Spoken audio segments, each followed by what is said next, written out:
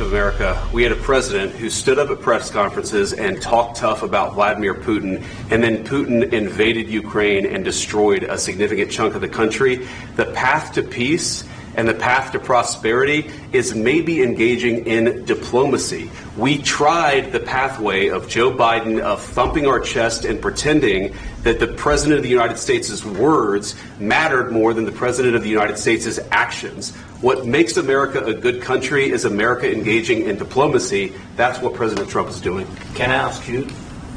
Sure. Yeah? Yeah. Okay. So he occupied our parts, big parts of Ukraine, part of East and Crimea. So he occupied it on 2014.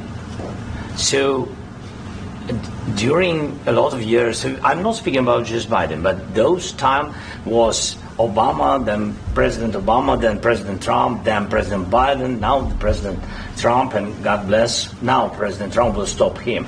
But during 2014, nobody stopped him. He just occupied and took. He killed people. You know what the contact 2015.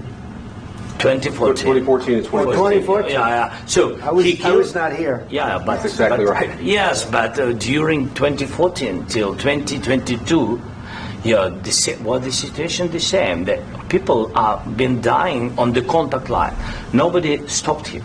You know that we had conversations with him, a lot of conversation, my bilateral conversation, and we signed with him. Me, like a new president.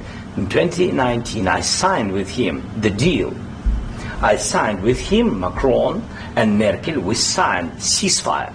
Ceasefire. All of them told me that he will never go. We signed with him with gas contract. Gas contract. Yes, but after that, he broken the ceasefire. He killed our people and he didn't exchange prisoners. We signed the exchange of prisoners, but he didn't do it. What kind of diplomacy, JD, you are speaking about? What do you mean? I'm talking about the kind of diplomacy that's going to end the destruction of your country. Yes, but if you Mr. President, with respect, I think it's disrespectful for you to come into the Oval Office and try to litigate this in front of the American media. Right now, you guys are going around and forcing conscripts to the front lines because you have manpower problems. You should be thanking the President for trying to bring it into this conflict. Have you ever been to Ukraine that you say what problems we have? I have been to. Count once. I've actually watched and seen the stories, and I know what happens is you bring them on a propaganda tour, Mr. President. Do you disagree that you've had problems bringing people into your military? And do you think that it's respectful to come to the Oval Office of the United States of America and attack the administration that is trying to prevent the destruction of your country? A lot of questions. Let's start from the beginning. Sure. First of all, during the war, everybody has problems. Even you, but you have nice ocean and don't feel now, but you will feel it in the future. God bless. You don't know that. God bless. You God bless. You will not have the war. Don't tell us what we're going to feel. We're trying to solve a problem. Don't tell us what we're going to feel. I'm not telling you. Because you're in no position to dictate that. That's exactly what you're doing. You're in no position to dictate what we're going to feel. We're going to feel very good. Feel influence. We're going to feel very good and very strong. You will feel influence. You're right now not in a very good position. You've allowed yourself to be in a very bad position, and he happens to be right about it. From the very beginning of the war. You're not in a good position. You don't have the cards right now. With us, you start having cards. Right now, you don't. You're playing cards. You're playing cards. You're gambling with the lives of millions of people. You're gambling with World War III. You're gambling with World War III. And what you're doing is very disrespectful to the country, this country. That's backed you far more than a lot of people said they should have. Have you said thank you once? This entire meeting? No, in this entire meeting, have you said thank you? Today. You went to Pennsylvania and campaigned for the opposition in October. Offer some words of appreciation for the United States of America and the president who's trying to save your country. Please, you think that if you will speak very loudly about the war, He's not speaking loudly. He's not speaking loudly. Your country's in big trouble. Can I Wait a minute. No. You've done a lot of talking. Your country is in big trouble. I know. You're not winning. You're not winning this. You have a damn good chance of coming out okay because of us. Mr. President, we are staying in our country, staying strong from the very beginning of the war. We've been alone, and we are thankful. I said thanks you haven't in been this alone. cabinet, you and haven't not been only alone. in this cabinet. We gave you, through this stupid president, $350 billion. You voted we gave for you your military president. equipment, You and you voted men for are your brave, president. but they had to use our military. What about If you didn't have our military equipment, if you didn't have our military equipment, this war would have been over in 2 weeks. In 3 days, I heard it from Putin. In 3 days, this is something maybe new. less. In 2 weeks, of course, yes. It's going to be a very hard thing to do business like this. Again, I tell you, just say thank you. I said a lot of times to American people. Except that there are disagreements, and let's go litigate those disagreements rather than trying to fight it out in the American media when you're wrong. We know that you're wrong. But you see, I think it's good for the American people to see what's going on. I understand, sir. I think it's very important. That's why I kept this going so long. You have to be thankful. You don't have the cards. You're buried there. Your people are dying. You're running low on soldiers. Listen, you're running low on soldiers. It would be a damn good thing. And then you tell us, I don't want a ceasefire. I don't want a ceasefire. I want to go, and I want this. Look. If you could get a ceasefire right now, I tell you, you take it so the bullets stop flying and your men stop getting killed. Of course, we want to stop the war. But you're saying you don't want a ceasefire. But I said to you, I want a ceasefire. With guarantees. Because you'll get a ceasefire faster than an agreement. Ask our people about ceasefire, what they think. That wasn't with me. For you that wasn't with me. That was with a guy named Biden, who was not a smart person. That was with Obama. It was your president. Excuse me. That was with Obama, who gave you sheets, and I gave you javelins. Yes. I gave you the javelins to take out all those tanks. Obama gave you sheets. In fact, the statement is Obama gave sheets and Trump gave javelins. You got to be more thankful, because I like that. I like that, bro. Oh man, Now I got another one, but I was gonna say something, but I didn't want to stop the video.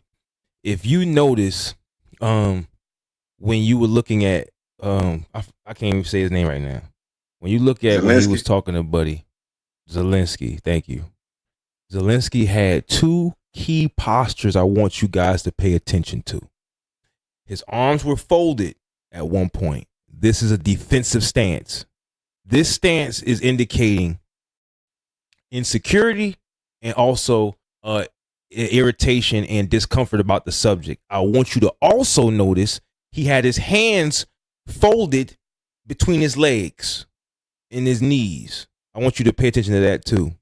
Now, that's also what they call a barrier creation or a negative connotation. When someone feels like they're getting discomfort or insecurity or resistance about what's being talked about, they feel closed off. And they create superficial barriers between themselves, whether it's their hands, a pen, a piece of paper, no eye contact. And if you notice, Zelensky was very, very uncomfortable in there with Do Right, because he was in the middle of he used to talking to Biden like that. But you can't talk to Trump like that, bro. That's right. You forgot who he was talking to. He was talking to the he flat out, bro. Thought he was talking. Yeah, he thought he was talking to Biden for a second. And listen, and the fact that we gave like if it wasn't for us, y'all wouldn't.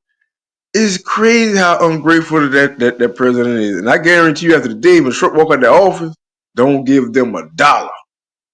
I ain't like. What else you got for us, brother?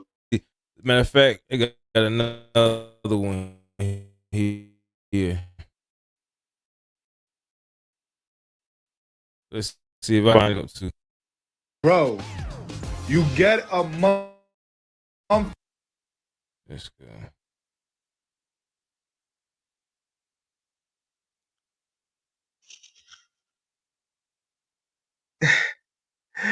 And he said triple true leader, boy. Zelensky kicked off. Jackie Heinrich has some new information for us. Jackie. Yeah, I just went up to the press area to get an understanding of what we're watching. This is what I was told. The president has kicked Zelensky out of the White House.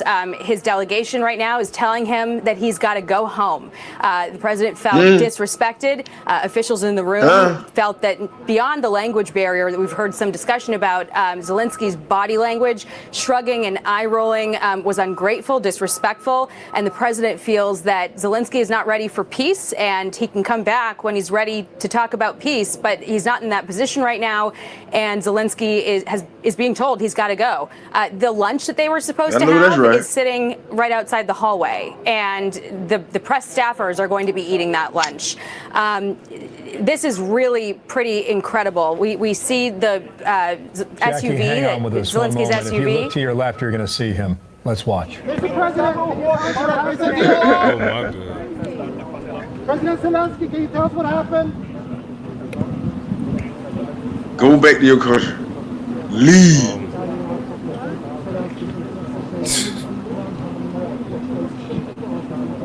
Hey, by the time we got a man up there, bro. Hey, we got us a lead up there, bro. Trump ain't playing with these people, bro. Mineraalissopimuksen allekirjoittaminen peruttiin kokonaan ja Zelenskyi juuri astui.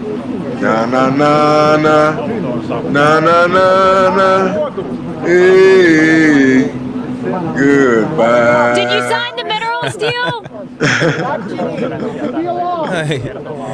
Did you sign the minerals deal? What you gonna do about it? Yeah. Okay, so I guess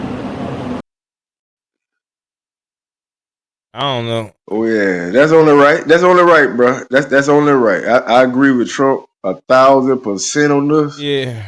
You ain't come to my house I and disrespect me and shrugging your shoulders. And we funding your war? Like, oh, you ungrateful, bro. No, bro. Yeah, man. This ain't the Biden administration, man. You gotta watch your mouth, man.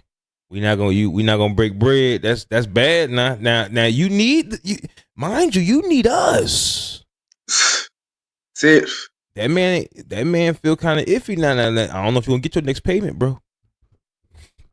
That's all I'm saying. You might not get your next payment. I don't know. Lay it out, bro. I don't know, man. What y'all think in the comments, man? Let us know. Are y'all with that or y'all against that? Was that something that you thought was a show of force, or would you have liked to see what Biden? Is y'all Team America or Team Zelensky? Huh? Team America. Let us know in the comments. This is Murph Almighty with Black Light TV. That's my co-host right there, Mr. Rogers, the Southern Negro. You know what I'm saying? Y'all go ahead and like and subscribe to the channel, man. Y'all go ahead and get them likes up for us. Till next time, y'all. Peace. Turn it on. Turn it on. Listen up. Welcome to the show. It's Black Light TV. Current vibes, all the news that you need. In this world changing, keep your soul light. Stay with us, we'll get you through the night.